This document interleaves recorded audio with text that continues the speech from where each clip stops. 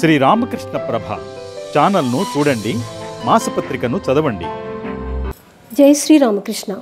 రామకృష్ణ ప్రభ ప్రేక్షకులందరికీ నా నమస్కారం. What we want is man making and character building education అని స్వామి వివేకానంద ఎన్నో ప్రసంగాల్లో క్యారెక్టర్ యొక్క గొప్పతనం గురించి, ఆవశ్యకతను గురించి తెలియజేశారు. అంతేకాకుండా మనకి ఇంగ్లీష్లో కూడా ఒక ప్రావర్బ్ ఉంది, if wealth is lost nothing is lost, health is lost something is lost, if character is lost everything is lost అని ఈ ప్రావర్బ్ కూడా క్యారెక్టర్ యొక్క ఆవశ్యకతను తెలియజేస్తుంది. అందుకని మన క్యారెక్టర్ ఎలా ఉంది, ఎటువంటిది అనేది పదే పదే మనం చూసుకుంటూ ఉండడం చాలా చాలా అవసరం. మరి క్యారెక్టర్ అంటే ఏంటి, క్యారెక్టర్ ఏ విధంగా ఫామ్ అవుతుంది, ఈ క్యారెక్టర్ ఒకవేళ ఒక రకంగా ఉన్నట్టయితే దాన్ని మార్చుకోవడానికి ఏమైనా అవకాశం ఉందా అన్నటువంటి విషయాలు ఇప్పుడు మనం చూద్దాము. మన క్యారెక్టర్ ఏ విధంగా తెలుస్తుంది అంటే మన యొక్క అలవాట్లు, మన యొక్క ఆలోచనలు, అభిప్రాయాలు, ఉద్దేశాలు ఇవన్నీ కలిసి మన క్యారెక్టర్ ఏంటో తెలియజేస్తూ ఉంటాయి. ఇప్పుడు మనం ఏదైనా ఒక విషయం గురించి మనం ఏదైనా విషయం గురించి తెలుసుకున్నా, లేదా చదివినా, లేదా విన్నా, దానివల్ల మనకి వెంటనే ఒక విధమైనటువంటి ఆలోచన కలుగుతుంది. ఈ ఆలోచన మనలో ఒక అభిప్రాయాన్ని కలుగు చేస్తుంది. ఆ అభిప్రాయం వల్ల ఒక ఉద్దేశం ఏర్పడుతుంది. ఈ ఉద్దేశం ఆచరణలోకి వచ్చినప్పుడు ఒక పని అయి అది రిపీటెడ్గా చేస్తూ ఉంటే అలవాటు అవుతుంది. ఈ అలవాట్లు అన్నీ కలిసి మన యొక్క క్యారెక్టర్ని డిసైడ్ చేస్తాయి. ఇప్పుడు దీన్ని ఒక ఉదాహరణ చూద్దాము. మనము ఒక హెల్పింగ్ నేచర్ గురించి చదివేమనుకుందాము. అది చదువుతున్నప్పుడు మనకి హెల్ప్ చేయడం అంటే ఏంటి, అది ఎలా ఉంటుంది అన్నటువంటి ఆలోచనలు కలుగుతాయి. అప్పుడు ఆ సహాయం చేస్తూ ఉన్నదో ఆ ఆలోచన ఇలా కొనసాగుతూ ఉన్నప్పుడు మనం సహాయం చేయడం వల్ల ఎదుటి వాళ్ళకి ఏదైనటువంటి లాభం కలిగింది, ఆ లాభం మనం కలిగించినందుకు మనలో అది ఎంత తృప్తినిచ్చింది అన్నటువంటి విషయము మనకి ఒక అభిప్రాయాన్ని ఏర్పాటు చేస్తుంది. ఈ అభిప్రాయం కొనసాగుతూ ఉన్నప్పుడు నేను సహాయం చేస్తే బాగుంటుంది అన్న ఒక ఉద్దేశం కలుగుతుంది. అప్పుడు మనం ఈ ఉద్దేశాన్ని ఆచరణలో పెట్టినప్పుడు, అంటే సహాయం ఎదుటి వ్యక్తికి చేసినప్పుడు మనకి అదొక పనిలాగా తయారవుతుంది. మనము రెగ్యులర్గా ఎదుటి వాళ్ళకి సహాయం చేయడం, ఇతరులకు సహాయం చేయడం అన్నది మనం చేస్తూ వెళ్ళినట్టయితే అది అలవాటు అయ్యి అది మన క్యారెక్టర్ని హెల్పింగ్ నేచర్ ఉన్న వ్యక్తి అని డిసైడ్ చేస్తుంది. ఈ విధంగా మనం దీన్ని అర్థం చేసుకున్నట్టయితే ఒక హెల్పింగ్ నేచర్ విషయంలోనే కాకుండా ప్రతి విషయంలోనూ కూడా మనం సేమ్ ప్రాసెస్ కంటిన్యూ అవుతుంది. అంటే ముందు ఏదైనా తెలుసుకున్నప్పుడు దాని మీద ఆలోచనలు రావడం, ఆ ఆలోచన అభిప్రాయంగా మారడం, అభిప్రాయం ఉద్దేశాన్ని కలిగించడం, ఉద్దేశం ఆచరణలో వచ్చి అది పని అయి అది అలవాటు అయి ఇవన్నీ కలిపి క్యారెక్టర్ని డిసైడ్ చేయడం అనేది జరుగుతుంది. అంటే ఏంటంటే మన క్యారెక్టర్ మన చేతుల్లోనే ఉంది.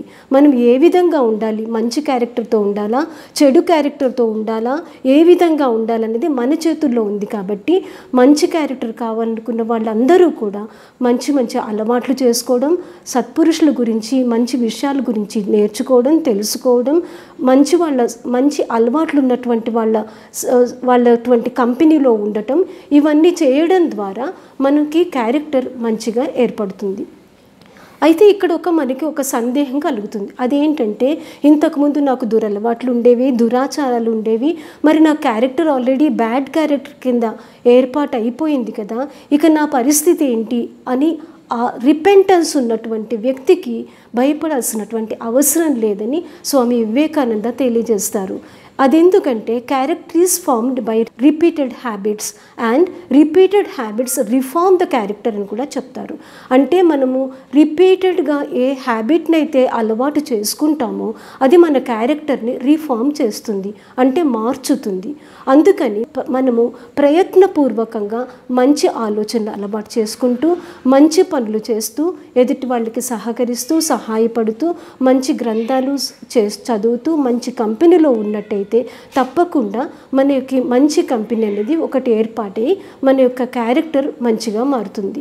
అయితే ఇక్కడ ఇదే విషయం మనకి ఇక్కడ ఇంకొక విషయం తెలిసేది ఏంటంటే, మన జాగ్రత్త చెప్పేది ఏంటంటే ముందు నుంచి మంచి క్యారెక్టర్ ఉన్నవాళ్ళు ఒకవేళ పొరపాటున దురదృష్టవశాత్తు దుష్టుల సాంగత్యం చేసినట్లయితే, సహవాసం చేసినట్లయితే వాళ్ళ క్యారెక్టర్ చెడుగా మారడానికి అన్ని విధాల అవకాశం ఉంది. మరి అటువంటప్పుడు వాళ్ళు ఏం చేయాలంటే జాగ్రత్త పడి, చాలా జాగ్రత్త తీసుకొని కేర్ఫుల్గా చేయవలసి ఉంటుంది. అందుకని స్వామి వివేకానంద చెప్పిన దానివల్ల మనకి ఏమర్థమవుతుందంటే మన క్యారెక్టర్ని మనము తప్పకుండా మార్చుకోవచ్చు. ఇదే విషయాన్ని మనకి భగవద్గీత కూడా తెలియజేస్తుంది. అపిచేతసి పాపేభ్యః సర్వేభ్యః పాపకృతమః సర్వం జ్ఞానప్లవేనేవ వృజినం సంతరిష్యసి.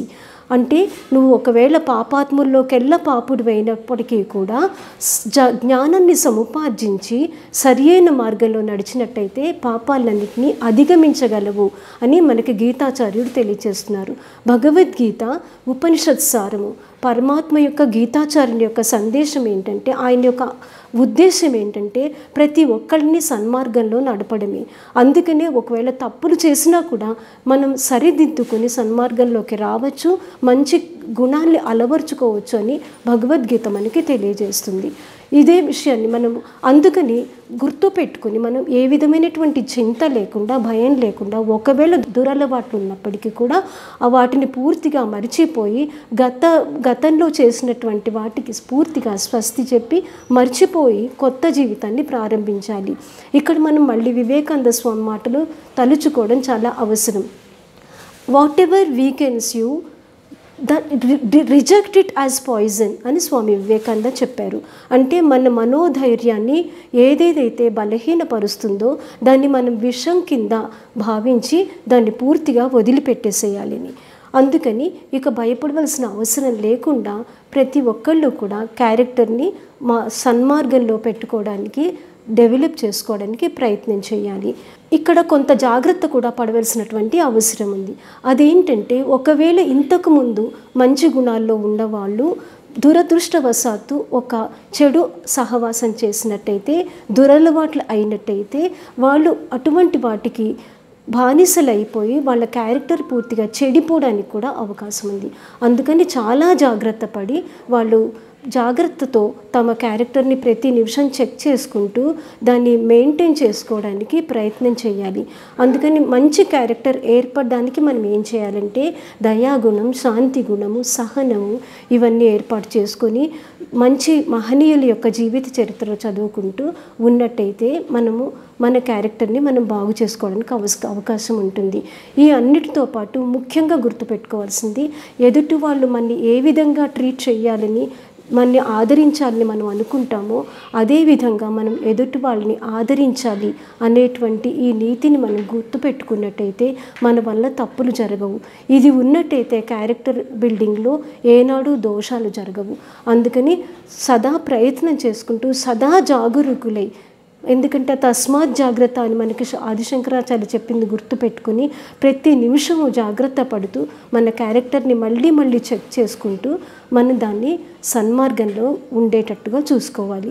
ఈ విధంగా వచ్చిన తర్వాత ఇవి లైక్ మైండెడ్ వాళ్ళందరూ, అంటే మంచి క్యారెక్టర్ కావాలి, మంచి క్యారెక్టర్ ఉన్నటువంటి క్యారెక్టర్ బిల్డింగ్ ఎడ్యుకేషన్ కావాలి అన్నటువంటి వాళ్ళందరూ ఒక గ్రూప్ కింద ఏర్పడి వాళ్ళకి తెలిసినటువంటి క్యారెక్టర్ బిల్డింగ్ ఎడ్యుకేషన్ని వీలైనంత వరకు ఎదుటి వాళ్ళకు కూడా చెప్పడానికి, నేర్పించడానికి ప్రయత్నం చేయాలి. ఎందుకంటే స్వామీజీ యొక్క కళ అది. స్వామి వివేకానంద ఎప్పుడు కోరుకునేటువంటిది ఏంటంటే మంచి క్యారెక్టర్ ఉన్నట్టయితే మన జీవితంలో అన్నీ సాధించినట్టే అని. అందుకని మనం అటువంటి విద్యని ఇచ్చినట్లయితే సంఘానికి ఉపయోగపడిన వాళ్ళం అవుతాము. అప్పుడు స్వామి వివేకానంద యొక్క కళ సాకారంలోకి వస్తుంది. ఇది మన ప్రతి వ్యక్తి యొక్క కర్తవ్యము, బాధ్యత ఇది. అందుకని ఈ కర్తవ్యాన్ని మనం తీసుకొని స్వామి వివేకానంద కళను పూర్తి చేయడానికి మంచి క్యారెక్టర్తో వింటూ క్యారెక్టర్ బిల్డింగ్ ఎడ్యుకేషన్ని వీలైనంత వరకు ఎదుటి వాళ్ళకి అందించుదాము. జై శ్రీ రామకృష్ణ.